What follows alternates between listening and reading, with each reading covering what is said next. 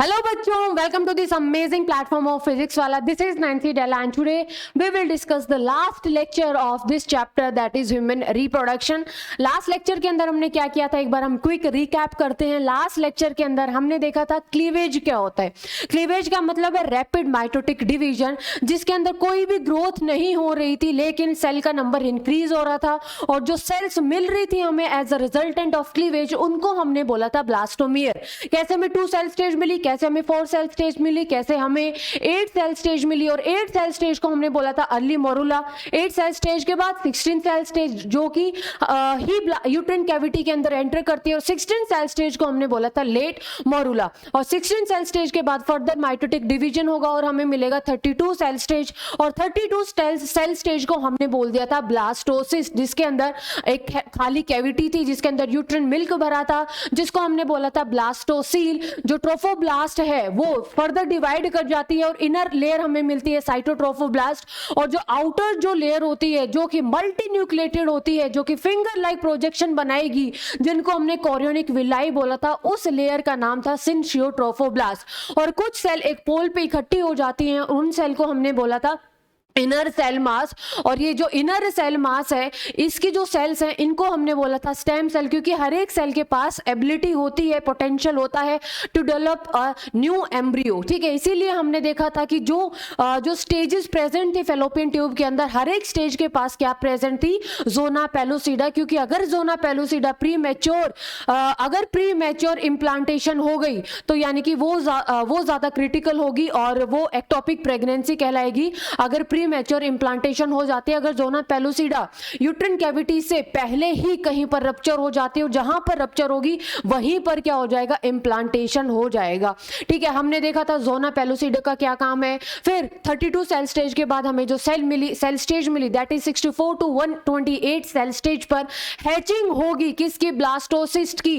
जो zona pellucida है वो रप्चर हो जाएगी, ब्लास्टोसिस्ट बाहर निकलेगी और क्या होगी, अटैचमेंट होगी और इसी अटैचमेंट को हमने क्या बोला था, इम्प्लांटेशन. ठीक है, तो आज के लेक्चर के अंदर हम क्या करने वाले हैं बच्चे, आज के लेक्चर के अंदर हम करने वाले हैं कि प्लेसेंटा क्या होता है, एम्ब्रियोनिक डेवलपमेंट क्या होती है, कौन से मंथ के अंदर क्या क्या चीजें बनेंगी. बहुत ज्यादा इंपॉर्टेंट है, ऑब्जेक्टिव क्वेश्चन भी आ सकता है और सब्जेक्टिव क्वेश्चन भी आ सकता है. Function of placenta very very important. कौन कौन सा पार्ट प्लेसेंटा बनाएगा ये भी हम देखेंगे और हम देखेंगे कि एम्ब्रियोनिक डेवलपमेंट क्या होती है, लैक्टेशन क्या होता है और फीटल इजेक्शन रिफ्लेक्स क्या होता है, इसका मैकेनिज्म क्या होता है. ठीक है, तो चलिए हम अपना लेक्चर शुरू करते हैं और ये जो लेक्चर है ये लास्ट लेक्चर होगा चैप्टर ह्यूमन रिप्रोडक्शन का. आई होप आपको जो चैप्टर है बहुत अच्छे से समझ में आया होगा. अब आपका कोई भी क्वेश्चन स्किप नहीं होना चाहिए, चाहे वो ऑब्जेक्टिव हो, चाहे वो सब्जेक्टिव हो, चाहे वो डायग्राम बेस्ड क्वेश्चन हो. ठीक है, अब आप कॉन्फिडेंट फील कर रहे हो कि नहीं कर रहे कि अब आप इस चैप्टर के अंदर सारे के सारे क्वेश्चंस को सोल्व कर सकते हो या नहीं. जल्दी से मुझे कमेंट बॉक्स में बताना ताकि मुझे भी अच्छा लगे कि हाँ मेरा पढ़ाया हुआ आपको समझ में आ रहा है या नहीं. ठीक है, तो आज के लेक्चर के अंदर हम पढ़ने वाले हैं pregnancy, embryonic development, parturition and lactation. तो चलिए हम अपना लेक्चर शुरू करते हैं. जल्दी से अपनी नोटबुक निकालिए और नोट्स बनाना शुरू करिए समझते समझते. ठीक है, नोट्स का मतलब ये नहीं होता कि जो मैं लिखवाऊं बस आपने वो लिख लिया और आपने समझा नहीं. ठीक है, फिर ये गलत हो जाएगा. ऑलराइट, अब देखो इम्प्लांटेशन का मतलब क्या होता है ये मैंने आपको लास्ट क्लास के अंदर बताया था. इम्प्लांटेशन का मतलब होता है बच्चे अटैचमेंट ऑफ डेवलपिंग ब्लास्टोसिस्ट. ठीक है, अटैचमेंट ऑफ डेवलपिंग ब्लास्टोसिस्ट. किससे अटैचमेंट, टू यूट्रिन वॉल. और कौन सी यूट्रिन वॉल होगी ये तो अभी आपको पता होना ही चाहिए. कौन सी होगी बच्चे, एंडोमेट्रियम होगी. ठीक है, अब एक बार हम डायग्राम बना लेते हैं. ठीक है, जो लास्ट क्लास के अंदर हमने बताया था, क्योंकि उसी के बाद हम अपनी क्लास शुरू कर पाएंगे. ऑलराइट, तो जैसे ये बाहर वाली लेयर मैंने बनाई है. ठीक है, जैसे ये क्या लेयर बनाई मैंने, बाहर वाली लेयर बनाई, उसके बाद मैंने अंदर वाली लेयर बनाई और बीच वाली लेयर और उसके बाद मैंने बनाई सबसे अंदर वाली लेयर. ठीक है, तो बाहर वाली लेयर को हमने क्या बोला बच्चे, पेरीमेट्रियम. बाहर वाली लेयर को हमने क्या बोला, पेरीमेट्रियम. जो बीच वाली लेयर है, बीच वाली लेयर को हमने क्या बोला, बीच वाली लेयर को हमने बोला मायोमेट्रियम, बीच वाली लेयर को हमने क्या बोला बच्चे, मायोमेट्रियम बोला। और अंदर वाली लेयर को हमने क्या बोला था, एंडोमेट्रियम, अंदर वाली लेयर को हमने क्या बोला था, एंडोमेट्रियम। ठीक है, अब देखो अगर मैं दिखाऊं इम्प्लांटेशन कैसे होती है, इम्प्लांटेशन कैसे होती है, तो देखिए जरा इधर आइए, इधर आइए। तो अगर मैं बताऊं इम्प्लांटेशन कैसे होती है, तो यहाँ पे देखो ये बाहर वाली लेयर बनाई थी हमने, बाहर वाली लेयर को हमने क्या बोला था बच्चे, बाहर वाली लेयर को हमने बोला था साइटोट्रोफोब्लास्ट। ठीक है, इसको हमने बोला था साइटोट्रोफोब्लास्ट। और ये जो लेयर है, जो मल्टी न्यूक्लिएटेड लेयर थी, ये क्या बना रही थी बच्चे, ये फिंगर लाइक प्रोजेक्शन बना रही थी। ठीक है, ये क्या बना रही थी, फिंगर लाइक प्रोजेक्शन। और इसी फिंगर लाइक प्रोजेक्शन को हमने क्या बोला था, इसी फिंगर लाइक प्रोजेक्शन को हमने बोला था क्या, इसी फिंगर लाइक प्रोजेक्शन को हमने बोला था बच्चे कॉरियोनिक विलाई। ठीक है, और इसी की मदद से ये क्या होंगे, अंदर एकदम से पेनिट्रेट कर जाएगी। ठीक है,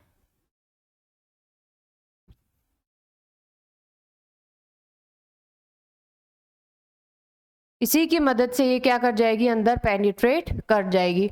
ऑलराइट, अब देखो अब देखो अब देखो यहाँ पर प्रेजेंट थे इनर सेल मास। ठीक है, यहाँ पर जो सेल्स प्रेजेंट थी जो कि एक पोल पर प्रेजेंट होंगी और इम्प्लांटेशन इसी साइड से होगा। ठीक है, इसको हमने क्या बोला था, इसको हमने बोला था बच्चे, क्या बोला था इसको, इसको हमने बोला था इनर सेल मास। ठीक है, अब देखो ध्यान से सुनो, एक बार हम एक बार नेमिंग लिख लेते हैं। इसको हमने बोला कॉरियोनिक विलाई। ठीक है, कॉरियोनिक विलाई। और इस लेयर को जो कि मल्टी न्यूक्लिएटेड लेयर थी, इसको हमने क्या बोला, इसको हमने बोला सिनशियोट्रोफोब्लास्ट। ठीक है, सिनशियोट्रोफोब्लास्ट हमने बोला। और ये वाली जो सेल है इनको हमने बोला था इनर सेल मास। इसको हमने क्या बोला था बच्चे, इनर सेल मास हमने बोला था। और ये जो लेयर है, ये जो व्हाइट वाली जो आउटर लेयर थी, आउटर लेयर को हमने क्या बोला था बच्चे, साइटोट्रोफोब्लास्ट। आउटर लेयर को हमने क्या बोला, आउटर लेयर को मैंने बोला माय डियर स्टूडेंट्स साइटोट्रोफोब्लास्ट। ठीक है, साइटोट्रोफोब्लास्ट। और जो ये एंडोमेट्रियम है, ये जो एंडोमेट्रियम है ये क्या करेगी बच्चे, एक तो ये बिल्कुल इसको ऐसे कवर कर लेगी। ठीक है, एक तो इसको क्या कर लेगी, पूरा ऐसे कवर कर लेगी। ठीक है, ये पूरा क्या कर लेगी बच्चे, कवर कर लेगी। ऑलराइट, और ये जो एंडोमेट्रियम का जो बीच वाला पार्ट है, ये वाला जो पार्ट है, ये वाला पार्ट क्या करेगा, ये वाला पार्ट देखो, इम्प्लांटेशन के बाद हम एंडोमेट्रियम को क्या बोलते हैं, इम्प्लांटेशन के बाद हम एंडोमेट्रियम को बोल देते हैं डेसिडुआ। क्या बोल देते हैं बच्चे, डेसिडुआ। तो ये पूरा का पूरा जो डेवलपिंग एम्ब्रियो को जो कवर कर रही है, इसको हमने बोला है डेसिडुआ कैप्सुलैरिस। क्या बोला है, कैप्सुलैरिस। कैप्सूल की तरह कवर कर लेगी पूरी अच्छी तरीके से। इसको हमने क्या बोला है, डेसिडुआ पेराइटैलिस, जिसका एम्ब्रियो फॉर्मेशन में कोई भी लेना देना नहीं है, पेराइटैलिस। ठीक है, जो अंदर वाली लेयर है एंडोमेट्रियम की, ये गड्ढे बना देगी, जिसको हमने बोला है डेसिडुआ क्रिप्स। और यही डेसिडुआ क्रिप्स और ये जो कॉरियोनिक विलाई है मिलके क्या बना देंगे, प्लेसेंटा। मिलके क्या बना देंगे, प्लेसेंटा। तो अगर मैं इसको लिखूं, मेंशन करूं, तो इसको हमने क्या बोला है, डेसिडुआ क्रिप्स। ठीक है, या फिर आप ये बोल सकते हो डेसिडुआ बेसेलिस। डेसिडुआ बेसेलिस क्या बनाएगी बच्चे, डेसिडुआ क्रिप्स, गड्ढे बन जाएंगे और ये आपस में ऐसे इस तरीके से लॉक्ड हो जाएगा। तो इसका मतलब अगर मैं बात करूं कि प्लेसेंटा किस किसने बनाया, क्या प्लेसेंटा सिर्फ मदर बना रही है या फिर प्लेसेंटा सिर्फ फीटस बना रहा है, तो आप क्या बोलोगे, क्या बोलोगे, जो प्लेसेंटा है ये मैटरनल पार्ट भी बना रहा है, दूसरा फीटल पार्ट भी बना रहा है, और दोनों के मिलने से क्या बन रही है, प्लेसेंटा। दोनों के मिलने से क्या बन रही है, प्लेसेंटा। और ये जो इनर सेल मास है ये फर्दर डिवाइड करने लग जाएगा। जो इनर सेल मास है ये फर्दर क्या डिवाइड करने लग जाएगा। और जितनी भी जो सेल्स बननी है, ठीक है, जितनी भी जो जर्म लेयर बननी है, इन्हीं के अरेंजमेंट से बननी है, इन्हीं के फर्दर डिफरेंशिएशन से बननी है, ठीक है। तो एक बार ये आपको समझ में आया, ये आपको समझ में आया। अब हम आगे करते हैं कि कैसे फर्दर डिवीजन हो जाएगा। तो जस्ट सपोज मैंने यहां पर बना दिया है, ये मैंने बना दिया है एंडोमेट्रियम। ये कैसे क्या बना दिया बच्चे, मैंने एंडोमेट्रियम बना दिया है, ठीक है। यहां पर फिर से मैं क्या बना रही हूं, एक बार मैं सिर्फ आपको ये रिप्रेजेंट करके दिखा रही हूं कि कैसे डेवलपमेंट हो जाएगा, ठीक है, कैसे डेवलपमेंट हो जाता है। एक बार हम ये देखते हैं कि ऑल राइट, कैसे डेवलपमेंट, कलर चेंज करना पड़ेगा, ठीक है, कैसे डेवलपमेंट होता है, ठीक है, कैसे डेवलपमेंट होता है। एक बार हम ये देखते हैं। देखो बाहर वाली लेयर तो क्या बना रही है बच्चे, बाहर वाली लेयर, ये जो लेयर है ये तो फिंगर लाइक प्रोजेक्शन ये बनाएगी। ये क्या बनाएगी बच्चे, ये बनाएगी फिंगर लाइक प्रोजेक्शंस, ठीक है। और इन फिंगर लाइक प्रोजेक्शंस को हम क्या बोल रहे हैं, इस फिंगर लाइक प्रोजेक्शंस को हम बोल रहे हैं कॉरियोनिक विलाई, जो कि किसके साथ धस जाएंगे, एंडोमेट्रियम से धस जाएंगे। और एंडोमेट्रियम यानी कि जो डेसिडुआ है, डेसिडुआ बेस एलिस के साथ मिलके क्या बनाएगा बच्चे, प्लेसेंटा। डेसिडुआ उसके साथ मिलके क्या बना रहा है बच्चे, प्लेसेंटा बना रहा है, ठीक है। ऑल राइट, एक बार मैं ये आपको बना के दिखा देती हूं। ओके।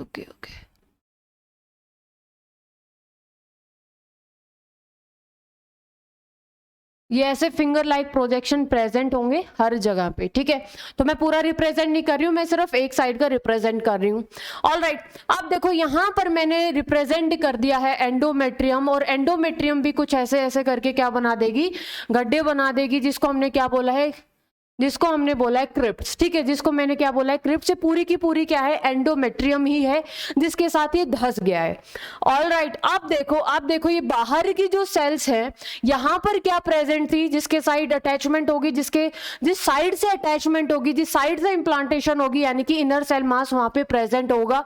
अब ये जो इनर सेल मास होता है ना बच्चे, ये भी डिवाइड करने लग जाता है, और दो टाइप की सेल्स बनती हैं, कौन कौन सी टाइप की सेल्स बनती हैं, एक तो सेल्स बनती है बच्चे कॉल्यूमिनर, एक जो सेल्स बनती हैं उसको हमने क्या बोला है बच्चे, कॉल्यूमिनर सेल्स बोला है, ठीक है। ये है बच्चे कॉल्यूमिनर सेल्स, जो कि बड़ी बड़ी जो सेल्स होती हैं बच्चे, इनको हमने क्या बोला है, कॉल्यूमिनर सेल्स होंगी ये, ठीक है, ये होंगी कॉल्यूमिनर सेल। अब जो इनर सेल मास है ना, वो भी क्या करने लग जाएगा, डिफरेंशिएट करने लग जाएगा। और दूसरी साइड ये जो कोबॉइडल सेल्स मिलती हैं, छोटी छोटी क्या मिलती हैं, ये कोबॉइडल सेल्स मिलती हैं। और जो कॉल्यूमिनर सेल्स हैं, कॉल्यूमिनर सेल्स को हमने क्या बोला है, एपीब्लास्ट।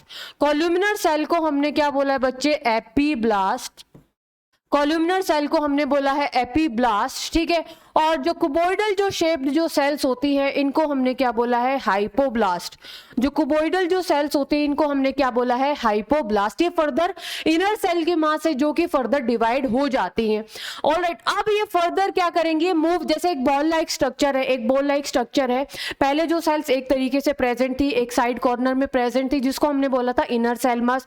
अब ये सेल आपस में क्या करने लग जाएंगे, रोटेट करने लग जाएंगी, डिफरेंशिएट होने लग जाएंगी, और एक जो लेयर है यहां पर बन जाएगी, ठीक है। और एक लेयर क्या बन जाएगी बच्चे, यहां पर बन जाएगी ऐसे, और जिसको हमने क्या बोला है, एमनियोन, और जो दूसरी जो लेयर है बच्चे, वो एक यहां पर बन जाएगी, ठीक है, एक ये यहां पर बन जाएगी। तो जो ये जो लेयर बना रहा है, ये कौन बनाएगा, ये है एक्स्ट्रासिलोमिक मेम्ब्रेन। ये जो एक्स्ट्रासिलोमिक मेम्ब्रेन है, ये कौन बना रहा है, ये बना रहा है हाइपोब्लास्ट, ठीक है। तो मैं इसको पिंक कलर से ही रिप्रेजेंट कर देती हूं, ताकि आपको ये समझने में आसानी हो जाए कि जो एक्स्ट्रासिलोमिक जो मेम्ब्रेन है, ये कौन बना रहा है, एक्स्ट्रासिलोमिक मेम्ब्रेन बना रहा है कौन, हाइपोब्लास्ट ही। इसको हम बोलते हैं एक्स्ट्रासिलोमिक मेम्ब्रेन, ठीक है। क्या बना रहा है, एक्स्ट्रासिलोमिक मेम्ब्रेन। कौन बना रहा है, सेल्स सेल्स ऑफ हाइपोब्लास्ट। जो हाइपोब्लास्ट की जो सेल ही हैं बच्चे, ये क्या बना रही है, एक्स्ट्रासेलोमिक मेम्ब्रेन। और जो सेल्स हैं, किसकी सेल्स हैं, एपीब्लास्ट की जो सेल्स हैं, ये एपीब्लास्ट की जो सेल्स हैं ये एक लेयर बनाएंगी जिसको हमने क्या बोला है, एमनियोन, जिसको हमने क्या बोला है, एमनियोन। और ये जो सेल्स है ये फ्लूइड सीक्रेट करती हैं जिसको हम बोलते हैं एमनियोटिक फ्लूइड। और इस एमनियोटिक फ्लूइड की इंपॉर्टेंस हम देखेंगे नेक्स्ट लेक्चर के अंदर रिप्रोडक्टिव हेल्थ के अंदर, कि अगर कोई भी क्रोमोसोमल डिसऑर्डर है तो उसका पहले से पता लगाना है तो हम किसका यूज करते हैं, एमनियोटिक फ्लूइड का यूज करते हैं। ठीक है, तो अभी तक मैंने क्या बताया, अभी तक मैंने ये बताया कि अभी ये जो सेल्स है, देखो इनर सेल मास ने ही क्या बनाना है, पूरा का पूरा एम्ब्रियो बनाना है। ट्रोफोब्लास्ट ने क्या किया था, ट्रोफोब्लास्ट ने एंडोमेट्रियम की वॉल को थोड़ा थोड़ा खाना शुरू किया था ताकि इम्प्लांटेशन हो जाए, यानी कि ये आपस में ऐसे फंस जाए। ठीक है, दूसरा काम क्या किया था ट्रोफोब्लास्ट ने ये कोरियोनिक विलाई बनाना शुरू किया था। क्या बनाना शुरू किया था, कोरियोनिक विलाई बनाना शुरू किया। और यही जो ट्रोफोब्लास्ट है वो क्या सीक्रेट करेगी, ह्यूमन कोरियोनिक गोनेडोट्रोफिन। यही जो ट्रोफोब्लास्ट है ह्यूमन कोरियोनिक गोनेडोट्रोफिन रिलीज करेगी, जो कि टेक ओवर करता था किसके फंक्शन को, कॉर्पस ल्यूटियम के फंक्शन को। देखो कॉर्पस जो ल्यूटियम है, कॉर्पस ल्यूटियम ने नेगेटिव इफेक्ट डाल के रखा था किसको, प्रोजेस्टेरोन और एलएच को। लेकिन एलएच किसको मेंटेन करता है, कॉर्पस ल्यूटियम को। अगर कॉर्पस ल्यूटियम में डीजनरेट हो गई तो इसका मतलब अबॉर्शन। तो हमें मेंटेन रखना है कॉर्पस ल्यूटियम को। तो जो ट्रोफोब्लास्ट है, जब तक प्लेसेंटा नहीं बन जाती, ट्रोफोब्लास्ट किसकी, जो ट्रोफोब्लास्ट का जो ह्यूमन कोरियोनिक गोनेडोट्रोफिन है ये किसकी तरह एक्ट करेगा, ल्यूटिनाइजिंग हार्मोन की तरह एक्ट करेगा और कॉर्पस ल्यूटियम को मेंटेन करके रखेगा, ताकि तुम भाई अपना प्रोजेस्टेरोन रिलीज करते रहो, क्योंकि प्रोजेस्टेरोन है तो प्रेगनेंसी है।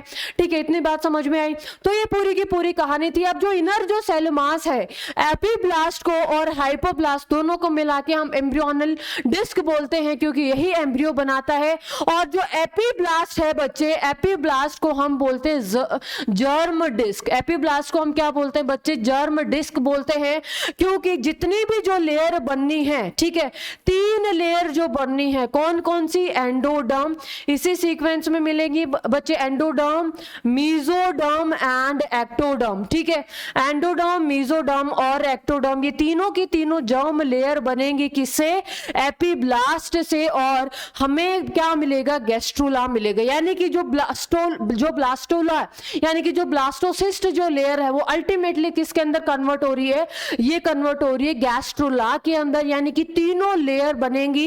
कौन कौन सी लेयर होंगे, एंडोडर्म, मीजोडर्म और एक्टोडर्म। और जितने भी जो टिश्यू हैं, जितने भी जो ऑर्गन है, वो किससे बनने वाले, इन्हीं जर्म लेयर से मिलके बनने वाले। एनिमल किंगडम का कुछ याद है 11th क्लास का, जिसके अंदर हमने डिप्लोब्लास्टिक ट्रिप्लोब्लास्टिक एनिमल्स पढ़े थे। ठीक है, कुछ याद है या नहीं, जल्दी बताओ मुझे कमेंट बॉक्स में किसको याद है कि कौन कौन सा जो फाइलम है उसको हमने बोला था डिप्लोब्लास्टिक। ठीक है, तो देखो एंडोडर्म से जैसे कि विसरल ऑर्गन्स बनना सारे के सारे, मीजोडर्मल से यानी कि muscular tissue, connective tissue, ectoderm का ओरिजिन जैसे कि नर्वस टिश्यू। तो यानी कि तीनों जो लेयर है, मैं एक एग्जांपल लिख देती हूँ। ठीक है, it's not in your syllabus, लेकिन एंडोडर्म से जैसे कि जितने भी विसरल ऑर्गन्स हैं, ठीक है, विसरल ऑर्गन्स बनने हैं वो इन्हीं लेयर से बनेंगे। मीजोडर्म से जैसे कि मस्कुलर टिश्यू हो गया, ठीक है, मस्कुलर टिश्यू हो गया। एक्टोडर्म से जैसे कि नर्वस टिश्यू का ओरिजिन, नर्वस टिश्यू का ओरिजिन। ऑलराइट, तो जितने भी जो ऑर्गन है सारे के सारे किससे मिलेंगे, एपीब्लास्ट से। इसीलिए हमने इसको क्या बोला है, जर्म डिस्क बोला है। और यही जो लेयर है वो आगे डिफरेंशिएट होती रहेगी और हमें तीनों लेयर मिलेंगी और हमें अपनी नेक्स्ट स्टेज मिलेगी। और उस नेक्स्ट स्टेज को हमने क्या बोला है बच्चे, गैस्ट्रुला। उस नेक्स्ट स्टेज को हमने क्या बोला है बच्चे, गैस्ट्रुला। गैस्ट्रुला का मतलब क्या है बच्चे, गैस्ट्रुला का मतलब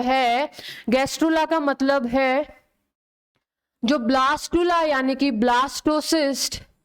ब्लास्टोसिस्ट अल्टीमेटली डिवीजन होते रहेंगे और अल्टीमेटली कन्वर्टेड इनटू, किसके अंदर कन्वर्ट हो जाएगी, कन्वर्टेड इनटू 3 जर्म लेयर। एक सेकेंड, यहां पे आप ये लिख सकते हो कि blastocyst ultimately converted into gastrula which is characterised by presence of 3 germ layer which is characterised by presence of 3 germ layer. ठीक है, प्रेजेंस ऑफ 3 germ लेयर। कौन कौन सी germ लेयर होंगी?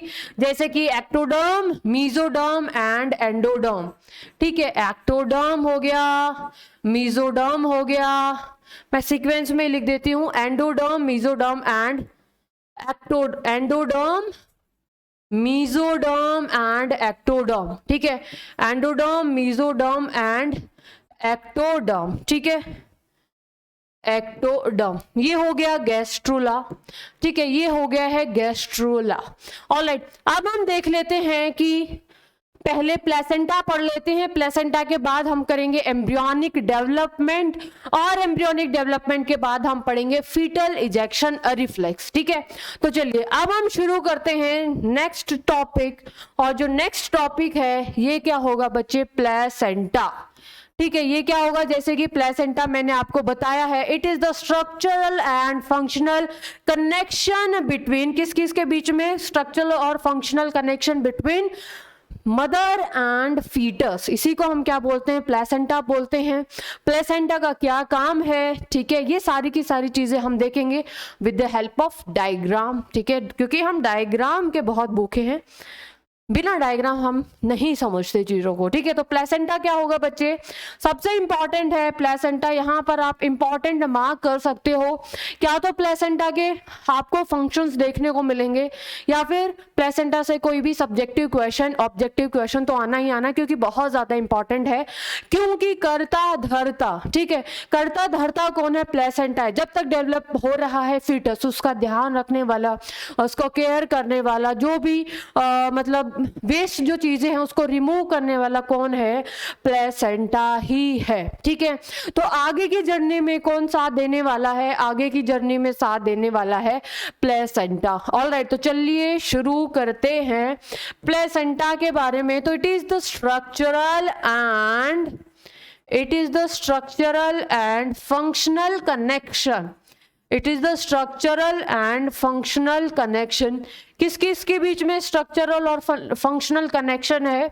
ये है स्ट्रक्चरल और functional connection between foetus and mother. ठीक है, फीटस एंड मदर के बीच में ये क्या है? एक कनेक्शन है जो कि स्ट्रक्चरल और फंक्शनल कनेक्शन है। ठीक है, अब एक बात ध्यान से सुनना, मुझे एक बार बताओ कि मैंने जब फर्स्ट ये डायग्राम बताया था आपको, तो मैंने क्या बताया था कि जो प्लेसेंटा बनेगा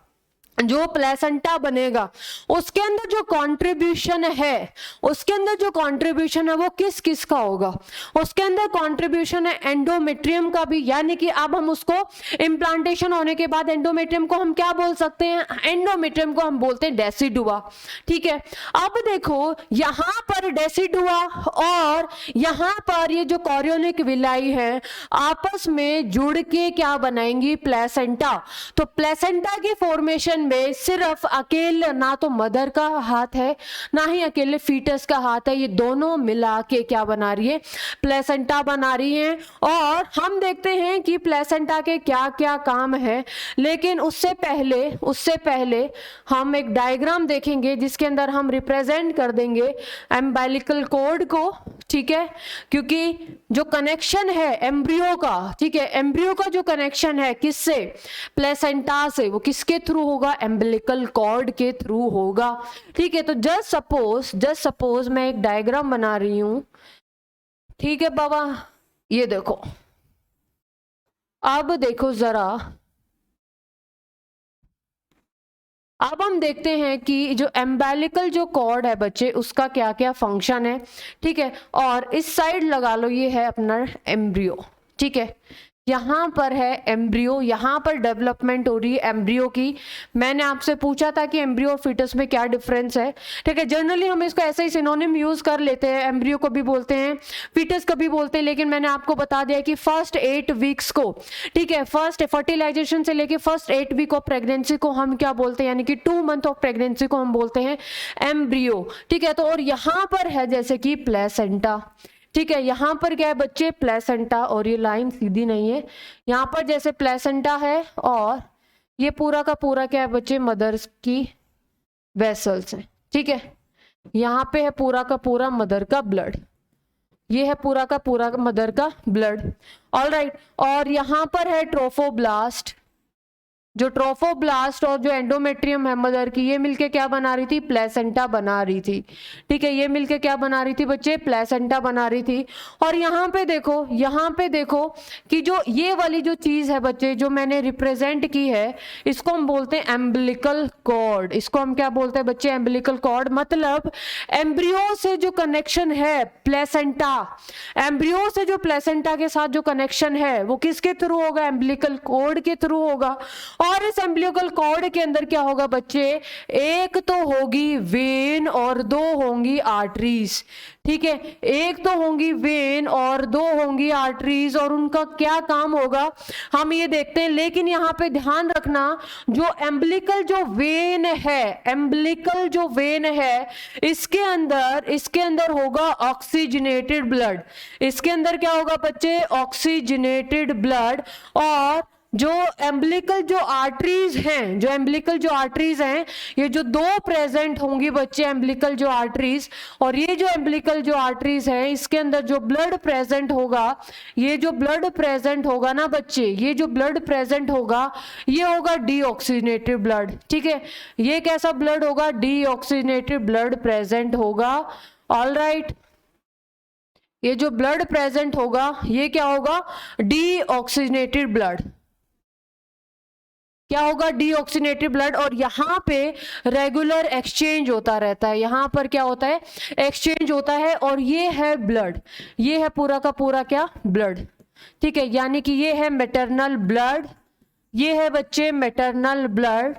और आपके एनसीईआरटी के अंदर मेंशन किया हुआ है कि जो नंबर ऑफ एम्बिलिकल जो वेन है वो होंगी 1, और ये जो एम्बिलिकल आर्टरीज हैं बच्चे, ये एम्बिलिकल आर्टरीज हैं, ये होंगी इनका नंबर 2। लेकिन इसके अंदर जो ब्लड होगा वो कैसा होगा, डीऑक्सीजनेटेड ब्लड। एम्बिलिकल आर्टरीज के अंदर जो ब्लड होगा वो कैसा होगा, डीऑक्सीजनेटेड ब्लड होगा, ठीक है। और ये जो ब्लड है अब वापस किसके पास जा रहा है, अब यहां से, यानी कि ऑक्सीजनेटेड ब्लड किसके पास जा रहा है, ये जा रहा है एम्ब्रियो के पास, ठीक है। और यहाँ पे बीच में प्रेजेंट होगा टिश्यू, यहाँ पर बीच में क्या प्रेजेंट होंगे, टिश्यू प्रेजेंट होंगे। तो अब कहने का मतलब क्या है, कहने का ये मतलब है कि जो प्लेसेंटा है वो एक डिफ्यूजन मेम्ब्रेन की तरह काम करती है, कि जितने भी एक्सचेंज ऑफ गैसेज है वो किसके थ्रू होगा, प्लेसेंटा के थ्रू होगा। Removal of excretory waste of foetus वो किसके थ्रू होगा, प्लेसेंटा के थ्रू होगा। और जितना भी जो न्यूट्रिशन एम्ब्रियो को मिलेगा वो किसके थ्रू मिलेगा, प्लेसेंटा के थ्रू मिलेगा। और ये पूरा का पूरा क्या हो रहा है बच्चे, एक्सचेंज हो रहा है। यानी कि जितना भी जो अनवांटेड जो चीजें हैं वो चली जाएंगी मैटरनल ब्लड, और जहां पे जो अच्छी चीजें हैं वो किसके पास आ जाएंगी, एम्ब्रियो के पास आ जाएंगी। और ये जो कनेक्शन है, ये कनेक्शन किसके थ्रू होता है बच्चे, एम्बिलिकल कॉर्ड के थ्रू होता है। और एम्बिलिकल कॉर्ड के पास एक एम्बिलिकल वेन होगी, दो एम्बिलिकल आर्टरीज होंगी, आर्टरीज के अंदर डीऑक्सीजनेटेड ब्लड होगा, और जो वेन है इसके अंदर होगा ऑक्सीजनेटेड ब्लड। इतना आपको ध्यान में रखना है। जो प्लेसेंटा है वो दोनों मिलके बनाएंगे, लेकिन जो एम्बिलिकल जो कॉर्ड है बच्चे, ये एम्बिलिकल कॉर्ड ये सिर्फ किसका पार्ट है, ये सिर्फ फीटल पार्ट है, ठीक है। इसके अंदर मदर का कोई भी रिलेशन नहीं है। लेकिन जो प्लेसेंटा बनेगी, प्लेसेंटा के अंदर दोनों ही बराबर के हकदार होंगे, लेकिन सिर्फ एम्बिलिकल कॉर्ड के अंदर ये फीटल का पार्ट है। और ये जो कनेक्शन प्रोवाइड हो रहा है एम्ब्रियो और मैटरनल ब्लड के बीच में, यानी कि प्लेसेंटा के बीच में, ये किसके थ्रू हो रहा है, एम्बिलिकल कॉर्ड के थ्रू हो रहा है। ये हम डायग्राम की मदद से भी देखेंगे जब हम एनसीईआरटी को रीड करेंगे, ठीक है। चलो अब सबसे इंपॉर्टेंट काम करते हैं हम, फंक्शन ऑफ प्लेसेंटा का। आ जाइए नेक्स्ट हेडिंग बनाइए, फंक्शन ऑफ प्लेसेंटा। प्लेसेंटा के क्या क्या फंक्शन है अब हम देखते हैं, ठीक है। बहुत ज्यादा इंपॉर्टेंट है प्लेसेंटा, ठीक है। प्लेसेंटा का सबसे पहला फंक्शन क्या होगा, it helps in removal of waste material. It helps in removal of waste material, ठीक है, वेस्ट मटेरियल को रिमूव करने में प्लेसेंटा एक बहुत इंपॉर्टेंट रोल प्ले करती है, ठीक है, removal of waste material. Second क्या होगा, सेकंड फंक्शन होगा it helps in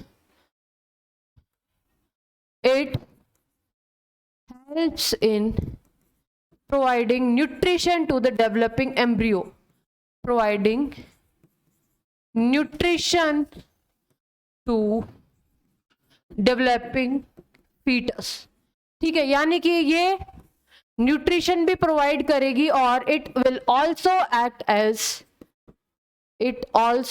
act as diffusion membrane. ये किसकी तरह एक्ट करती है, ये डिफ्यूजन मेम्ब्रेन की तरह एक्ट करती है, ठीक है, यानी कि जितनी भी जो डिफ्यूजन मेम्ब्रेन, जितना भी जो एक्सचेंज ऑफ गैसेस है ये किसकी वजह से है, प्लेसेंटा की वजह से। और एक स्टार मार्क करके लिखो, it act as endocrine gland, ठीक है, it act as endocrine gland, ये एंडोक्राइन ग्लैंड की तरह एक्ट करती है, ठीक है। सबसे इंपॉर्टेंट पॉइंट यही है, अगर आपको थोड़ी बहुत भी 11th याद है तो आपको जरूर पता होगा कि एंडोक्राइन और एक्सोक्राइन ग्लैंड में क्या डिफरेंस है, पता है या नहीं पता। एंडोक्राइन ग्लैंड का मतलब क्या है, ये हार्मोन रिलीज करती है। एक्सोक्राइन ग्लैंड का मतलब क्या होता है, हार्मोन को छोड़ के जैसे कि म्यूकस हो गया, स्लाइवा हो गया, एंजाइम्स हो गया, ये सारी की सारी चीजें सीक्रेट करती है एक्सोक्राइन ग्लैंड। तो एंडोक्राइन ग्लैंड है, यानी कि जो एंडोक्राइन ग्लैंड होते हैं बच्चे डक्टलेस ग्लैंड होती है। एंडोक्राइन ग्लैंड डक्टलेस ग्लैंड होती है, डायरेक्टली अपना सीक्रेशन ब्लड के अंदर रिलीज करती है। और एंडोक्राइन ग्लैंड के अंदर ये जो नंबर कौन कौन से हार्मोन सीक्रेट करती है अब हम देखते हैं, ठीक है। एक तो हो गया बच्चे प्रोजेस्टेरोन, ठीक है, कौन कौन से हार्मोन सीक्रेट करती हैं, प्रोजेस्टेरोन, दूसरा एस्ट्रोजन, ठीक है, थर्ड जो हार्मोन है बच्चे ह्यूमन प्लेसेंटल लैक्टोजन, ठीक है, human placental lactogen that helps in the developing of the mammary gland। Third relaxin hormone, बच्चे ये जो रिलैक्सिन हार्मोन है ये ओवरी भी सीक्रेट करती है during the letter phase of pregnancy, जो कि प्यूबिक सिम्फाइसिस को थोड़ा सा रिलैक्स कर देगी ताकि डिलीवरी आसानी से हो, ठीक है। प्रोजेस्टेरोन हो गया, एस्ट्रोजन हो गया, ह्यूमन प्लेसेंटल लैक्टोजन हो गया, रिलैक्सिन हो गया एंड ह्यूमन कॉरियोनिक गोनाडोट्रोफिन, ठीक है, ह्यूमन कॉरियोनिक गोनाडोट्रोफिन। और ये ह्यूमन कॉरियोनिक गोनाडोट्रोफिन बच्चे ध्यान रखना, ह्यूमन कॉरियोनिक गोनाडोट्रोफिन जो कि यूरिन के अंदर अगर ह्यूमन कॉरियोनिक गोनाडोट्रोफिन है जो प्रेगनेंसी को पॉजिटिव डिक्लेयर करता है, ठीक है। तो स्टार्टिंग के अंदर जब इम्प्लांटेशन हो गई थी, यानी कि by the 8th day trophoblast ने ह्यूमन कॉरियोनिक गोनाडोट्रोफिन रिलीज करना शुरू किया।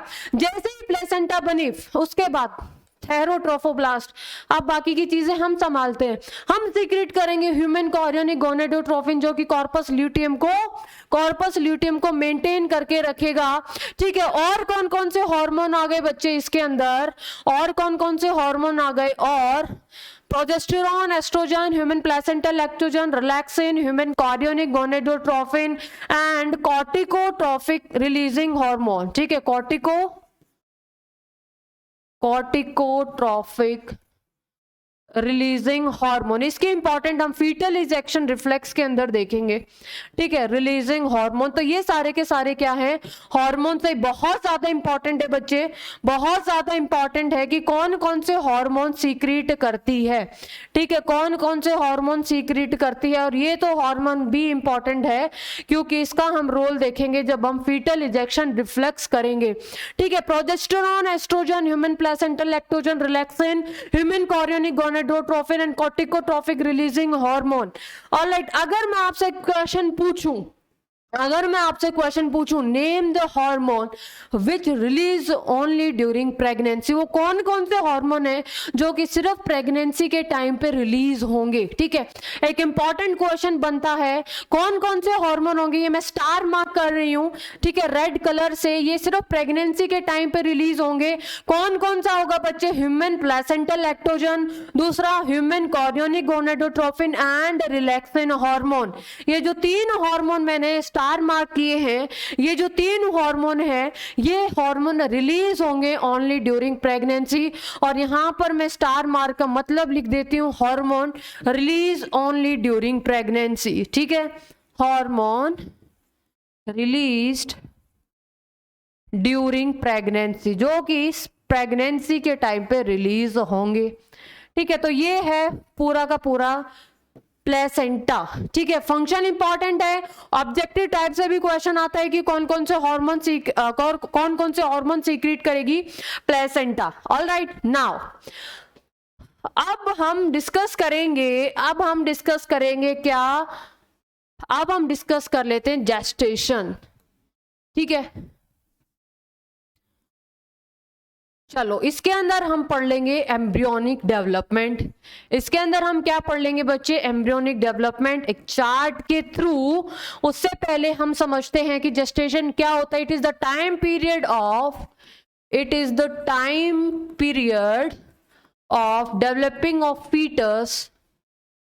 It is the time period of development of foetus inside, किसके इनसाइड यूट्रस, या फिर आप यूट्रस बोलो या फिर आप वूम बोलो।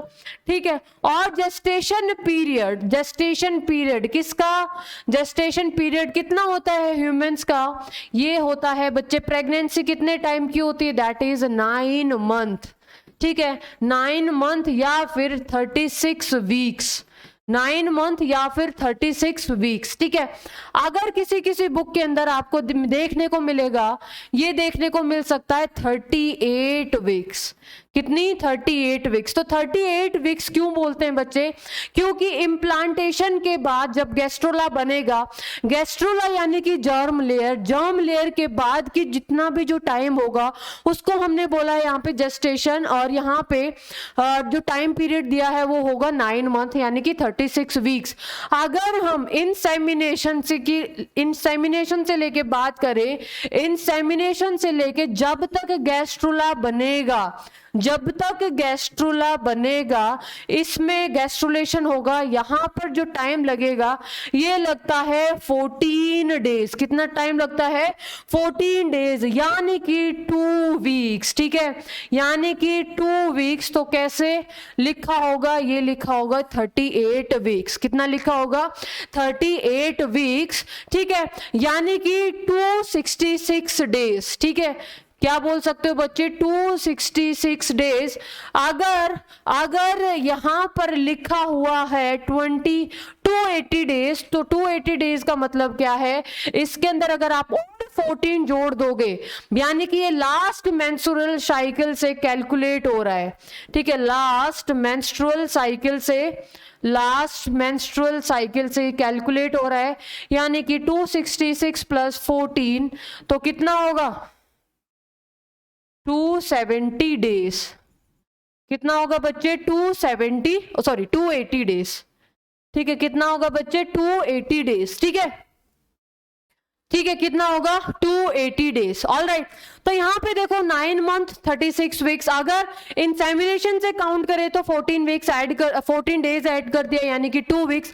अगर लास्ट मेंस्ट्रुअल साइकिल से लेके हम बात करें, तो लास्ट मेंस्ट्रुअल साइकिल से अगर हम बात करें तो इसके अंदर 14 डेज और काउंट करते हैं, तो टोटल कितना होगा, 280 डेज की प्रेगनेंसी होगी। ठीक है, यानी कि जेस्टेशन पीरियड 280 डेज का होगा।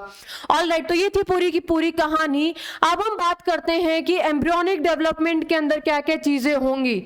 ठीक है, एम्ब्रियोनिक डेवलपमेंट।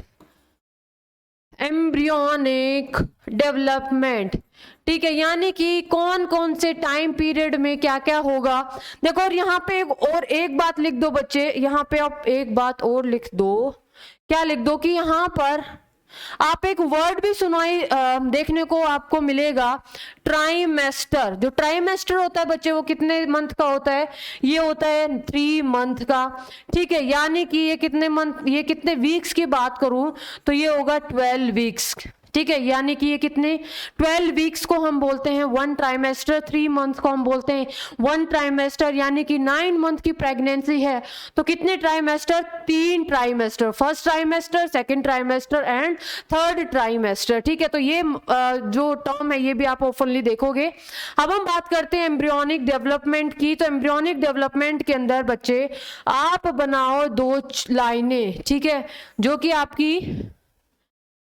आपकी एनसीईआरटी के अंदर दिया हुआ है। हम उसको बना के लिख देंगे एक चार्ट की फॉर्म में, ताकि आपको याद करने में रहे आसानी।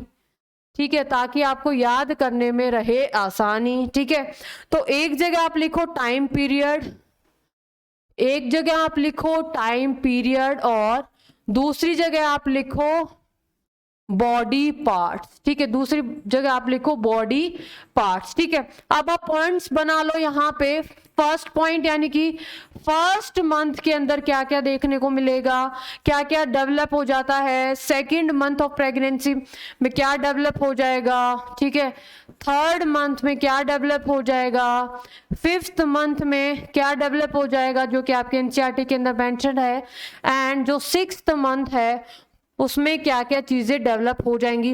अब देखो मैंने क्या बोला था, 3 मंथ का एक ट्राइमेस्टर, तो यहाँ पे जो थर्ड मंथ है यानी कि यहाँ पर क्या होगा, ये होगा बच्चे फर्स्ट ट्राइमेस्टर। कैसे भी क्वेश्चन पूछ सकते हैं, यहाँ पर वीक्स को लेके भी क्वेश्चन पूछ सकते हैं, यानी कि मंथ के अंदर 4 वीक, यानी कि यहाँ पर कितने होंगे, 4 4 8 और 4 12, यानी कि 12 वीक के अंदर क्या क्या चीजें बनेंगी, ये भी क्वेश्चन पूछ सकते हैं। सिक्स्थ मंथ यानी कि ये क्या होगा बच्चे, सेकेंड ट्राइमेस्टर। 6 मंथ क्या होगा, ये होगा बच्चे सेकेंड ट्राइमेस्टर। ठीक है, अब देखो सबसे पहले फर्स्ट मंथ के अंदर क्या क्या बन जाएगा बच्चे, फर्स्ट मंथ के अंदर होगा हार्ट इज फॉर्म्ड। ठीक है, फर्स्ट मंथ में क्या होगा बच्चे, heart is formed, heart is formed. ठीक है, सेकेंड मंथ में बच्चे क्या बन जाएगा, सेकेंड उसके अंदर limbs and digits are formed, limbs and digits are formed. ठीक है,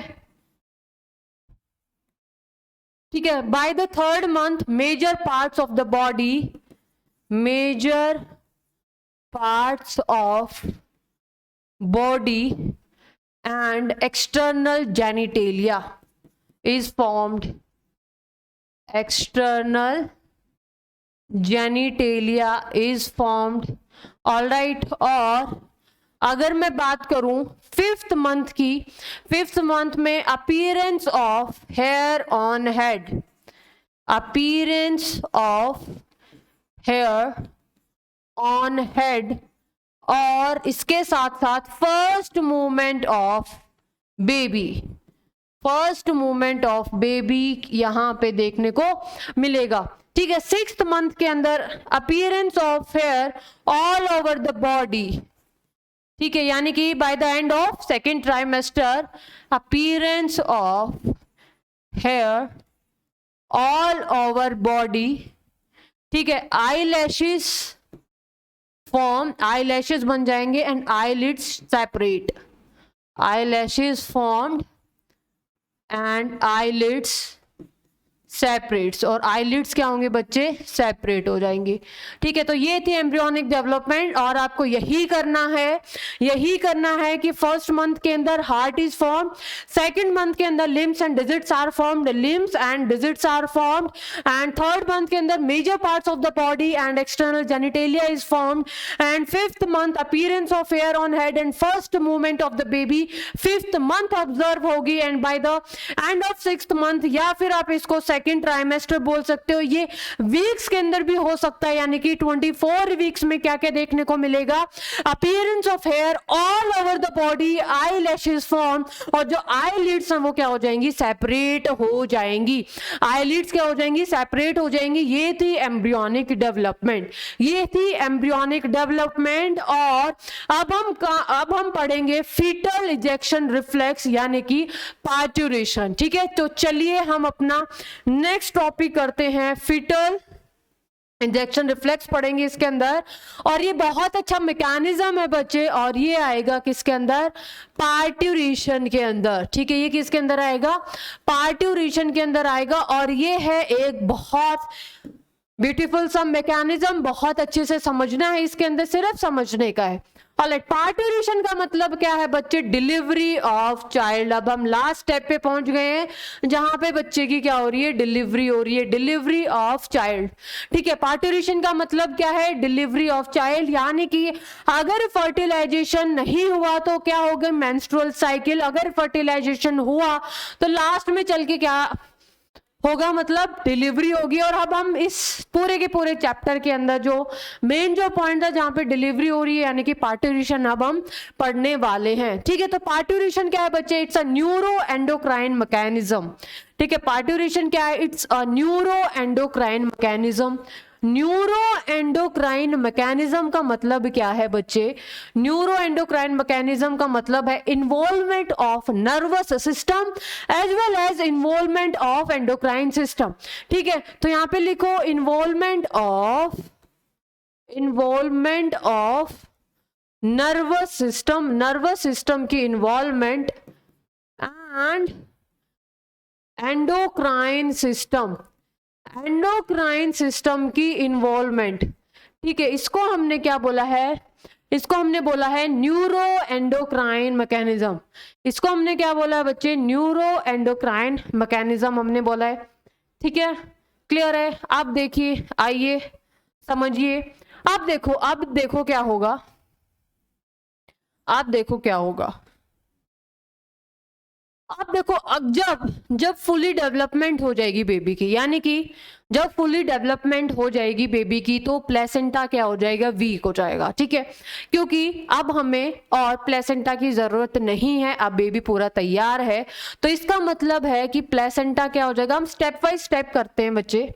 ठीक है, हम स्टेप बाय स्टेप करेंगे, हम नेक्स्ट स्लाइड में कर लेते हैं स्टेप बाय स्टेप। ठीक है, यानी कि प्लेसेंटा बिकम वीक, प्लेसेंटा क्या हो जाएगा बच्चे, बिकम वीक। अगर प्लेसेंटा वीक हो गया यानी कि अब हमें एंडोमेट्रियम की जरूरत नहीं है, अब बेबी की डेवलपमेंट हो गई है, तो इसका मतलब क्या है, प्रोजेस्टेरॉन का लेवल क्या हो जाएगा बच्चे, डाउन हो जाएगा। ठीक है, प्रोजेस्टेरॉन लेवल डाउन। प्रोजेस्टेरॉन अगर लेवल डाउन हो गया तो मैंने एक हार्मोन लिखवाया था, किसके अंदर, मैंने हार्मोन लिखवाया था प्लेसेंटा के अंदर, कि प्लेसेंटा क्या रिलीज करेगी, इमरजेंसी हार्मोन, और उसका नाम होगा कॉर्टिकोट्रोफिक रिलीजिंग हार्मोन। कॉर्टिकोट्रोफिक रिलीजिंग हार्मोन कौन सीक्रेट करेगा बच्चे, ये सीक्रेट करेगी प्लेसेंटा। ये जो हार्मोन है ये कौन सीक्रेट करेगी, प्लेसेंटा सीक्रेट करेगी। और ये जो प्लेसेंटा है, ये जो हार्मोन है किसके ऊपर एक्ट करेगा, एंटीरियर पिट्यूटरी के ऊपर एक्ट करेगा ऑफ फीटस। ठीक है, act on anterior pituitary of foetus, act on anterior pituitary, जो एंटीरियर पिट्यूटरी है ऑफ फीटस, उसके ऊपर ये हार्मोन एक्ट करेगा। और एंटीरियर पिट्यूटरी क्या रिलीज करेगी, एड्रेनोकॉर्टिकोट्रोफिक रिलीजिंग हार्मोन। ठीक है, एड्रेनोकॉर्टिकोट्रोफिक रिलीजिंग हार्मोन ये रिलीज करेगा, एड्रेनोकॉर्टिकोट्रोफिक रिलीजिंग हार्मोन रिलीज होगा। ठीक है, कौन सा हार्मोन रिलीज होगा, एड्रेनोकॉर्टिकोट्रोफिक रिलीजिंग हार्मोन रिलीज होगा। ठीक है, अब ये किसके ऊपर एक्ट करेगा, एडर्नल ग्लैंड के ऊपर एक्ट करेगा। ठीक है, ये किसके ऊपर एक्ट करेगा बच्चे, ये एक्ट करेगा एडर्नल ग्लैंड के ऊपर एक्ट करेगा। और एडर्नल ग्लैंड के ऊपर एक्ट करेगा तो अब यहां से हम पूरा अपना फ्लो चार्ट कंटिन्यू करते हैं। एडर्नल ग्लैंड, ये एडर्नल ग्लैंड के ऊपर एक्ट करेगा, और एडर्नल ग्लैंड के कौन से पार्ट के ऊपर, एडर्नल कॉर्टेक्स पे एक्ट करेगा। एडर्नल कॉर्टेक्स से दो चीजें रिलीज होंगी बच्चे, पहला यानी कि कॉर्टिसोल। ये जो कॉर्टिसोल क्या करेगा, ये हेल्प करेगा डायलेशन ऑफ लंग्स। ठीक है, यानी कि बर्थ के बाद डायलेशन ऑफ लंग्स, बच्चे के लंग्स काम करे, क्योंकि अब तो उसको लंग से ही काम करना है, एल्वेलोई अच्छे से मतलब काम करे, उसके लिए कौन सा रेस्पॉन्सिबल है? Hormone cortisol, that is responsible for the dilation of lungs. और जो दूसरा है that is hormone that is DHEA, dehydroepiandrosterone, ठीक है। और ये क्या है बच्चे? ये एक एंड्रोजन है। अब ये जो एंड्रोजन है ये किसके अंदर कन्वर्ट होगा बच्चे? ये एंड्रोजन कन्वर्ट होगा किसके अंदर? एस्ट्रोजन के अंदर। किसके थ्रू? प्लेसेंटा के थ्रू। किसके थ्रू? प्लेसेंटा के थ्रू। इतनी कहानी समझो, पहले इतनी कहानी समझो। मैंने क्या बोला? जब पूरी डेवलपमेंट के लिए बेबी तैयार है तो अब क्या होगा? अब ये होगा कि प्लेसेंटा वीक होगी, प्रोजेस्टेरोन की जरूरत नहीं है, एंडोमेट्रियम की थिकनेस की हमें जरूरत नहीं है। अब प्लेसेंटा से रिलीज होगा कोर्टिकोट्रोफिक रिलीजिंग हार्मोन, ये एक्ट करेगा anterior pituitary of foetus. Foetus के एंटीरियर पिट्यूटरी से क्या रिलीज होगा? Adrenal corticotrophic hormone. ये एड्रिनल ग्लैंड के ऊपर काम करेगा। ये एड्रिनल ग्लैंड के कौन से पार्ट के ऊपर? दो पार्ट थे एड्रिनल कॉर्टेक्स के, एड्रिनल ग्लैंड के, अगर आपको याद है, कॉर्टेक्स एंड मेडुला जो कि इमरजेंसी हार्मोन रिलीज करता था। कॉर्टेक्स जो part glucocorticoid, sex corticoid and mineralocorticoid.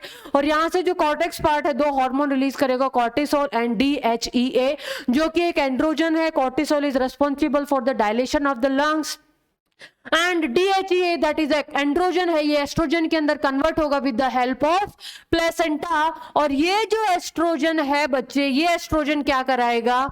ये जो एस्ट्रोजन है ये प्रोस्टाग्लैंडिन्स रिलीज कराएगा, ठीक है। ये जो एस्ट्रोजन है ये क्या कराएगा? Release prostaglandins. और आगे का हम चार्ट देखते हैं। ये बात समझ में आई? इतनी बात समझ में आई? इतनी बात समझ में? पूरा का पूरा फ्लो चार्ट है, ठीक है।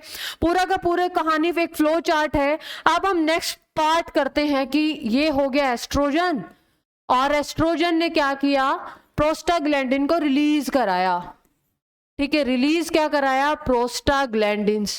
प्रोस्टाग्लैंडिन को रिलीज कराया, ठीक है। और ये जो प्रोस्टाग्लैंडिन है, ये प्रोस्टाग्लैंडिन क्या करेंगे? रेस्पॉन्सिबल फॉर माइल्ड कॉन्ट्रैक्शन,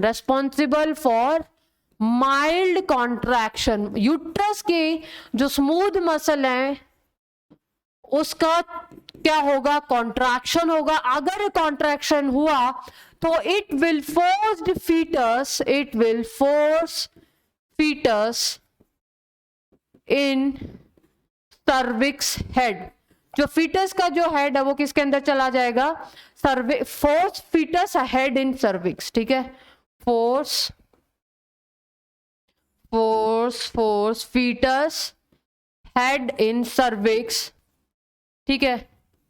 और सर्विक्स क्या होगी बच्चे? डायलेट होगी।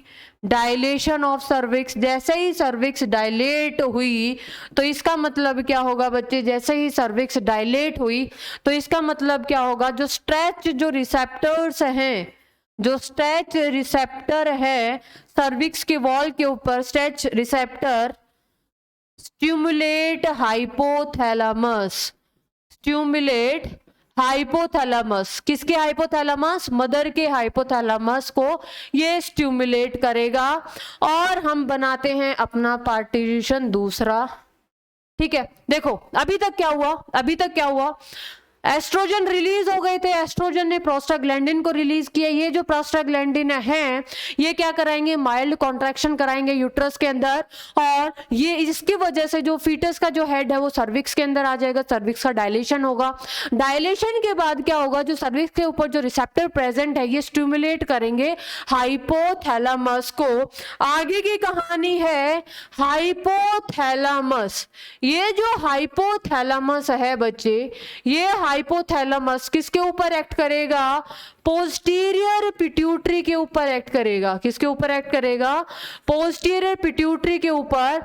और ये जो पोस्टीरियर जो पिट्यूटरी है, ठीक है, ये जो पोस्टीरियर जो पिट्यूटरी है बच्चे, ये क्या करेगी बच्चे?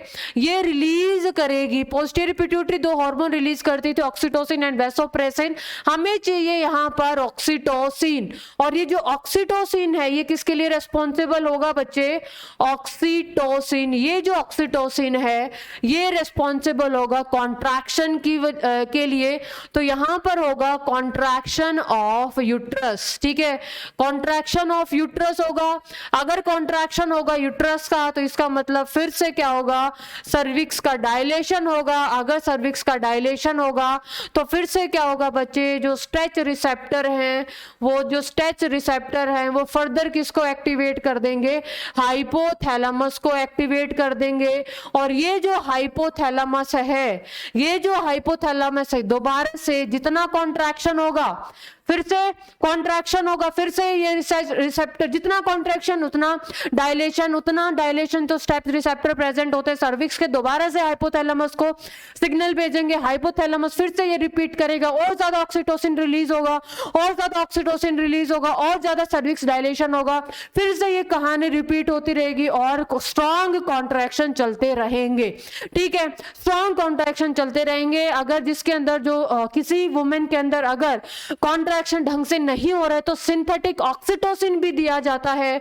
और सिंथेटिक ऑक्सीटोसिन को हम क्या बोलते हैं बच्चे? आर्टिफिशियल ऑक्सीटोसिन को हम बोलते हैं क्या? आर्टिफिशियल ऑक्सीटोसिन को हम बोलते हैं पाइटोसिन। ठीक है, या फिर पिटोसिन। ठीक है, तो यानी कि ये है आर्टिफिशियल कॉन्ट्रैक्ट कराना। ठीक है, तो मतलब पूरी की पूरी कहानी समझ में आई। और इसी को हम क्या बोलते हैं बच्चे? Foetal ejection reflex. इसी को हम क्या बोलेंगे? Foetal ejection reflex. एक बार आप फिर से एक कहानी सुनो, पूरा का पूरा चार्ट है, पूरा का पूरा चार्ट है क्या? चार्ट क्या है बच्चे? प्लेसेंटा वीक हो गई, प्लेसेंटा वीक हो गई है तो प्रोजेस्टेरॉन का लेवल कम, कॉर्टिकोट्रोपिक रिलीजिंग हार्मोन प्लेसेंटा से रिलीज, जो कि एंटीरियर पिट्यूटरी पे एक्ट करेगा फीटस की, और ये एडेनोकॉर्टिकोट्रोपिक हार्मोन रिलीज करेगा जो कि एडेनल ग्लैंड के ऊपर एक्ट करेगा। एडेनल ग्लैंड का कौन सा पार्ट? एडेनल कॉर्टेक्स। एडेनल कॉर्टेक्स दो चीजें रिलीज करेगा, कॉर्टिसोल एंड एक एंड्रोजन। और कॉर्टिसोल डायलेशन कराएगा लंग्स का, और जो एंड्रोजन है वो एस्ट्रोजन रिलीज के अंदर कन्वर्ट होगा with the help of placenta. ये जो एस्ट्रोजन है प्रोस्टाग्लैंडिन को सीक्रेट करेगा, और ये जो प्रोस्टाग्लैंडिन है यूट्रस के अंदर उसको रिलीज कराएगा, जिसकी वजह से कॉन्ट्रैक्शन हो। ठीक है, ये जो कॉन्ट्रैक्शन है फिर से कॉन्ट्रैक्शन कराएगा। कॉन्ट्रैक्शन कराने के बाद जो सर्विक्स का डायलेशन होगा, जिसकी वजह से स्टेप रिसेप्टर हाइपोथैलेमस को स्टिमुलेट कर देंगे। स्टेप रिसेप्टर हाइपोथैलेमस को स्टिमुलेट करने के बाद ये हाइपोथैलेमस पोस्टीरियर पिट्यूटरी के ऊपर एक्ट करेगा। पोस्टीरियर पिट्यूटरी के ऊपर एक्ट करेगा तो ऑक्सीटोसिन रिलीज होगा। ऑक्सीटोसिन फिर से कॉन्ट्रैक्शन कराएगा यूट्रस के अंदर जो स्मूथ मसल है उसको। उसके बाद सर्विक्स का डायलेशन होगा।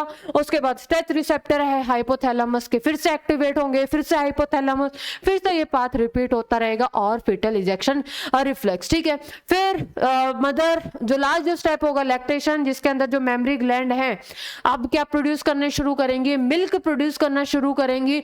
और जो ऑक्सीटोसिन हार्मोन है, ऑक्सीटोसिन हार्मोन को हम मिल्क इजेक्टिंग हार्मोन बोलते हैं। Milk producing hormone is prolactin and milk ejecting hormone is oxytocin. इसकी वजह से ही मिल्क का इजेक्शन होगा। ऑलराइट, और जो मिल्क है उसको हम जो इनिशियल डेज के अंदर जो मदर मिल्क प्रोड्यूस करती है उसको हम क्या बोलते हैं बच्चे? कोलेस्ट्रम बोलते हैं। उसको हम क्या बोलते हैं? कोलेस्ट्रम। और ये बहुत ज्यादा इंपॉर्टेंट है क्योंकि it is rich in nutrients as well as, ये न्यूट्रिएंट्स के अंदर भी रिच है, और इसके साथ साथ ये किसके अंदर रिच है? एंटीबॉडीज के अंदर भी रिच है। इसीलिए कहते हैं कि माँ को स्टार्टिंग के डेज में अपने बच्चे को दूध पिलाना चाहिए क्योंकि ये एंटीबॉडीज इसके अंदर प्रेजेंट होती हैं। ठीक है, और आपका क्वेश्चन क्या है कि विच एंटीबॉडी इज प्रेजेंट? आपने ये बताना है कि कौन सी antibody, which antibody is present, कौन सी एंटीबॉडी प्रेजेंट होती है, ये आपका क्वेश्चन है, ये आपका होमवर्क है। और यहाँ से हमारा चैप्टर होता है अंत, और एक बार हम करते हैं एनसीईआरटी की रीडिंग। ठीक है, तो चलिए आइए। आप देखिए pregnancy and embryonic development after implantation क्या होगा, finger like projections appear on the trophoblast, trophoblast पे फिंगर लाइक प्रोजेक्शन अपीयर होंगे जिसको हमने कोरियोनिक विलाई बोला था, which are surrounded by uterine tissue as well as maternal blood. ठीक है, ये पॉइंट बहुत ज्यादा इंपॉर्टेंट है। Chorionic villi and uterine tissue ये आपस में इस तरीके से इंटरडिजिटेड हो जाएंगे जिसकी वजह से ये जॉइंटली फॉर्म करेंगे structural and functional unit between the developing embryo and the maternal body that is known as placenta, and function है placenta के बहुत ज्यादा important। placenta facilitate the supply of oxygen, जितना भी supply है ऑक्सीजन का, nutrients का to embryo, and also removal of carbon dioxide, excretory waste material which is produced by embryo। the placenta is connected, placenta embryo से किसकी तरह से connected होते हैं, मैंने डायग्राम में बताया था, किसके थ्रू, umbilical cord के थ्रू, जो कि ट्रांसपोर्ट होने में हेल्प करती है सब्सटेंसेस को।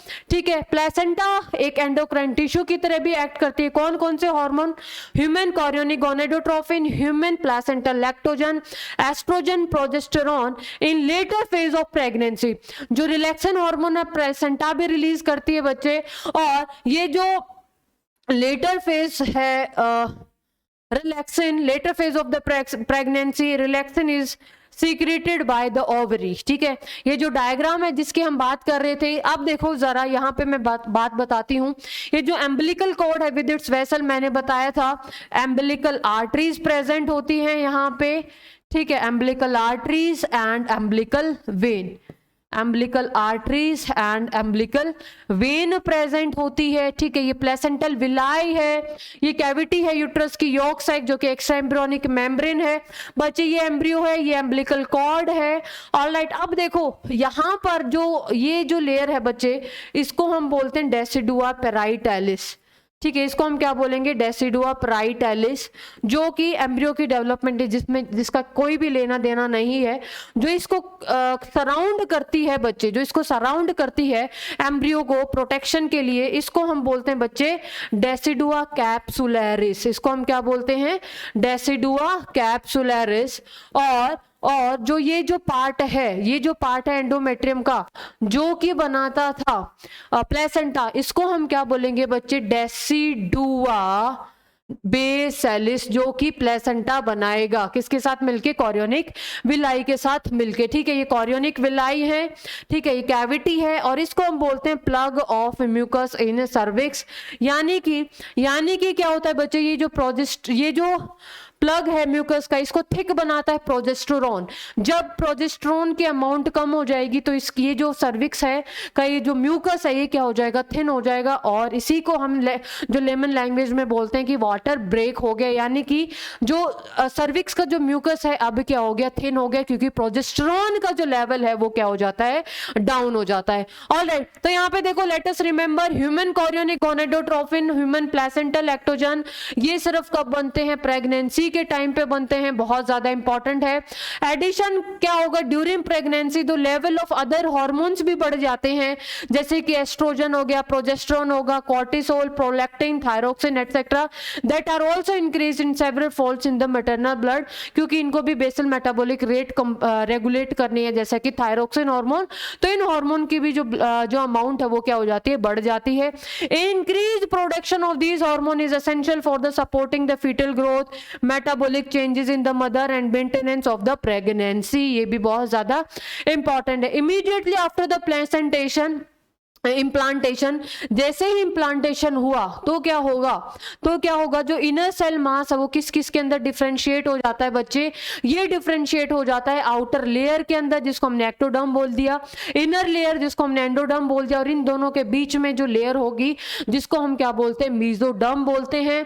ठीक है, दीज थ्री लेयर, जिस सारी की सारी जो तीनों लेयर हैं, ये सारी की सारी जो तीनों लेयर हैं ये क्या करेंगी बच्चे, ये सारी की सारी चीजें हैं ये बनाएंगी inner cell mass, inner cell यही जो सारी की सारी जो लेयर है ये बनाएंगी पूरे के पूरे ऑर्गन को, ठीक है। It needs to be mentioned here that जो इनर सेल मास के अंदर स्पेशल टाइप की सेल्स होती हैं जिसको हमने स्टेम सेल्स बोला था। हर एक सेल जो स्टेम सेल के पास पोटेंशियल होता है to develop a new embryo, ठीक है। और यहीं पर लिखा हुआ है ये चीज have the potential to give rise to the all the tissue and all the organs.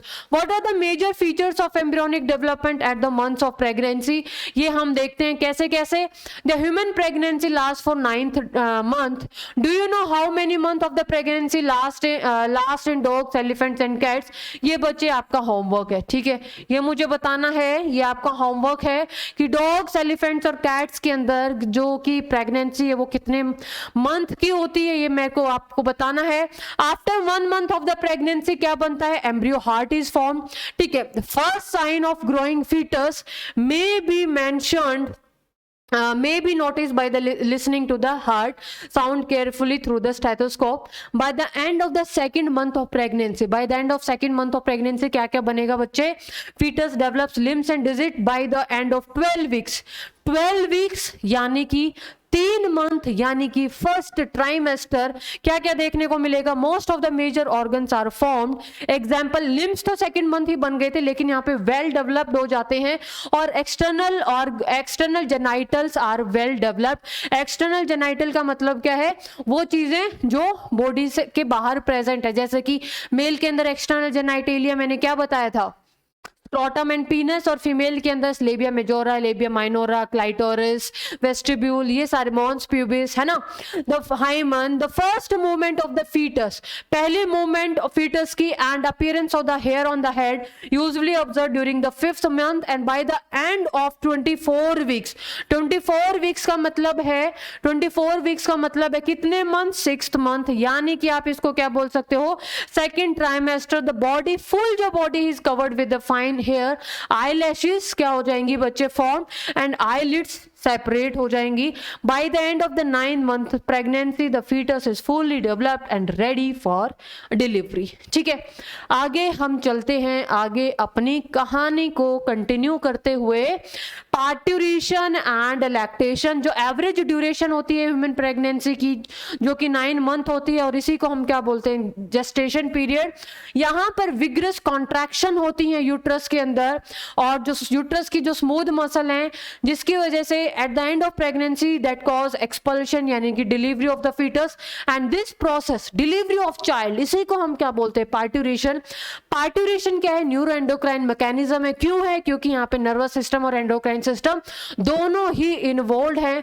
The signal of parturition, parturition के जो सिग्नल्स हैं वो किससे आएंगे, ऑरिजिनेट फ्रॉम दोनों से, fully developed foetus as well as the fully developed fetus and the placenta which induced mild contraction called fetal ejection reflex, ठीक है। ये ध्यान में रखना कि जो सिग्नल्स है पार्ट्यूरेशन के, जो सिग्नल है पार्ट्यूरेशन के वो fully developed foetus as well as किससे आएंगे, प्लेसेंटा से आएंगे which induce the mild contraction। पूरा का पूरा फीटल इजेक्शन रिफ्लेक्स मैंने आपको चार्ट से समझाया है तो कोई डाउट यहाँ पर नहीं होना चाहिए, ठीक है। तो ये किसको ट्रिगर करेगा, ऑक्सीटोसिन, मैंने पूरा मैकेनिज्म समझाया था। फ्रॉम द मैटरनल पिट्यूटरी, जो हाइपोथैलेमस है वो किसके ऊपर एक्ट करेगा, पोस्टीरियर पिट्यूटरी ऑफ मैटरनल, जिसकी वजह से ऑक्सीटोसिन रिलीज हो रहा था और ऑक्सीटोसिन क्या करेगा और माइल्ड कॉन्ट्रैक्ट और ज्यादा विग्रस कॉन्ट्रैक्शन कराएगा यूट्रस के अंदर, ठीक है। Oxytocin uterine muscle, oxytocin act as uterine muscle and cause the stronger uterine contraction which is turn stimulate the further secretion of oxytocin और ये positive feedback देता रहेगा। the stimulatory reflex between the uterine contraction and oxytocin secretion continues resulting in the stronger and stronger contraction and this result in the expulsion of the baby and out of the uterus through the birth canal, ठीक है, जिसको हमने क्या बोला था, parturition. यहाँ पर देखना soon after the infant is delivered placenta is also expelled out, ठीक है, placenta is also expelled out of the uterus। what do you think the doctors inject to the induced delivery, अगर किसी women के अंदर contractions नहीं हो रही है तो उसको सिंथेटिक ऑक्सीटोसिन देना पड़ेगा जिसको मैंने क्या बोला था, पाइटोसिन, ठीक है। नेक्स्ट हम देखते हैं the mammary glands of the female undergo differentiation during the pregnancy, ठीक है, and start producing milk toward the end of the pregnancy, ठीक है, जब at the end of the pregnancy by the process called lactation, जब अब mammary gland क्या produce करना शुरू कर देती हैं, मिल्क। ऑक्सीटोसिन को milk ejecting hormone as well as birth hormone भी बोलते हैं। मिल्क इजेक्टिंग क्योंकि ये हेल्प करेगा इजेक्शन ऑफ मिल्क, और बर्थ हार्मोन इसलिए क्योंकि ये हेल्प करेगा contraction of the uterus muscle. This helps the mother in feeding the newborn. The milk produced during the initial days of lactation, जिसको हम क्या बोलते हैं, कोलेस्ट्रॉम, जो कि जिसके अंदर बहुत ज्यादा एंटीबॉडीज प्रेजेंट होती हैं, जो कि बहुत ज्यादा इंपॉर्टेंट है, जो बेबी को कोई भी इंफेक्शन हो गया उससे बचाता है। Breast feeding during the initial period of the infant growth is recommended by the doctors for bringing up a healthy baby. और अपना चैप्टर हो गया है खत्म, ठीक है। तो मैं आपका थोड़ा सा टेस्ट ले सकती हूँ कि आपको समझ आया या नहीं। तो हम करते हैं क्वेश्चन। पहला क्वेश्चन है, placenta does not perform the following function. कौन कौन से फंक्शन प्लेसेंटा परफॉर्म नहीं करती? और ऑप्शंस हैं आपकी स्क्रीन पर। Supply of the oxygen, supply of the excretory material, supply of the nutrients, removal of the CO2, ठीक है। प्लेसेंटा ऑक्सीजन को सप्लाई करेगी, ठीक बात है। Supply of the excretory material कहाँ से आ गया? ये क्या करेगी जो प्लेसेंटा है? Placenta helps in removal of excretory waste, helps in removal of excretory waste, ठीक है। सप्लाई ऑफ द न्यूट्रिएंट्स बिल्कुल सही है। रिमूवल ऑफ द CO2 जो कि एक एक्सक्रीटरी वेस्ट ही है। तो करेक्ट आंसर क्या हो जाएगा? Option number B is the correct answer. चलिए बढ़ते हुए आगे। The structural and functional unit between the foetus and maternal blood, जो कि स्ट्रक्चरल और फंक्शनल यूनिट है, उसको हम क्या बोलते हैं? जो सारे के सारे फंक्शन को परफॉर्म करेगी, वही करता धरता है फीटस की डेवलपमेंट के अंदर, उसको हम क्या बोलते हैं? प्लेसेंटा। और ये जो प्लेसेंटा है, इसको मैटरनल और दूसरा फीटस दोनों पार्ट बनाते हैं, ठीक है। Placenta is connected to embryo through. Placenta embryo से किसके थ्रू कनेक्ट रहती है? कोड के थ्रू कनेक्ट रहती है। और उस कोड को हम क्या बोलते हैं बच्चे? एम्बिलिकल कॉर्ड, जिसके अंदर आर्टरीज प्रेजेंट होती हैं और वेन्स प्रेजेंट होती हैं, ठीक है। तो चलिए हम अपना नेक्स्ट क्वेश्चन करते हैं। प्लेसेंटा किसकी तरह काम करेगी?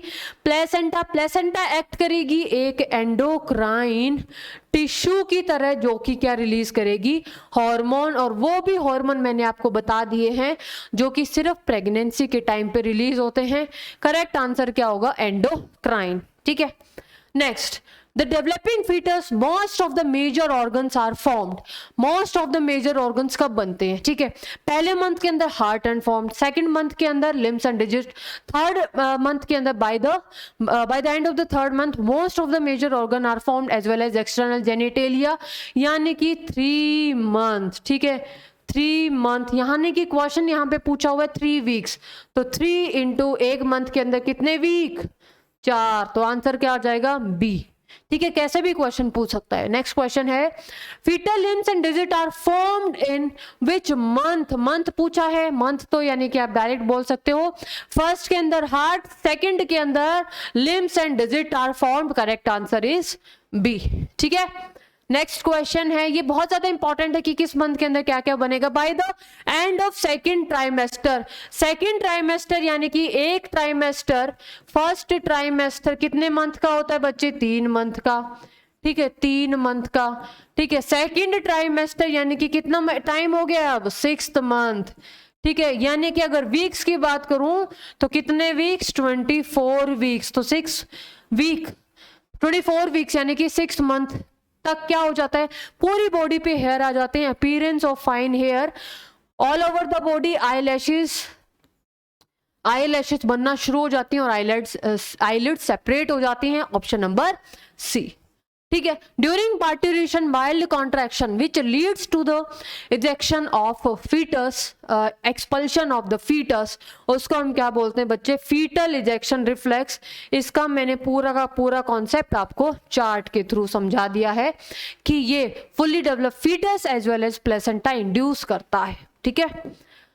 Next, which hormone is responsible severe uterine contraction, कौन सा हार्मोन विग्रस कॉन्ट्रैक्शन के लिए रेस्पॉन्सिबल है? That is known as oxytocin. ये मैंने शायद क्लास के सेकंड या थर्ड इस चैप्टर, जब ये चैप्टर हमने शुरू किया था तब मैंने क्वेश्चन पूछा था कि कौन से हार्मोन को बर्थ हार्मोन और मिल्क इजेक्टिंग हार्मोन बोलते हैं। बहुत सारे बच्चों ने कमेंट किया था, दैट इज ऑक्सीटोसिन। ठीक है, और नेक्स्ट है milk produce during the initial days of lactation. जो मिल्क प्रोड्यूस होता है इनिशियल डेज ऑफ लैक्टेशन उसको हम क्या बोलते हैं बच्चे? कोलेस्ट्रॉल।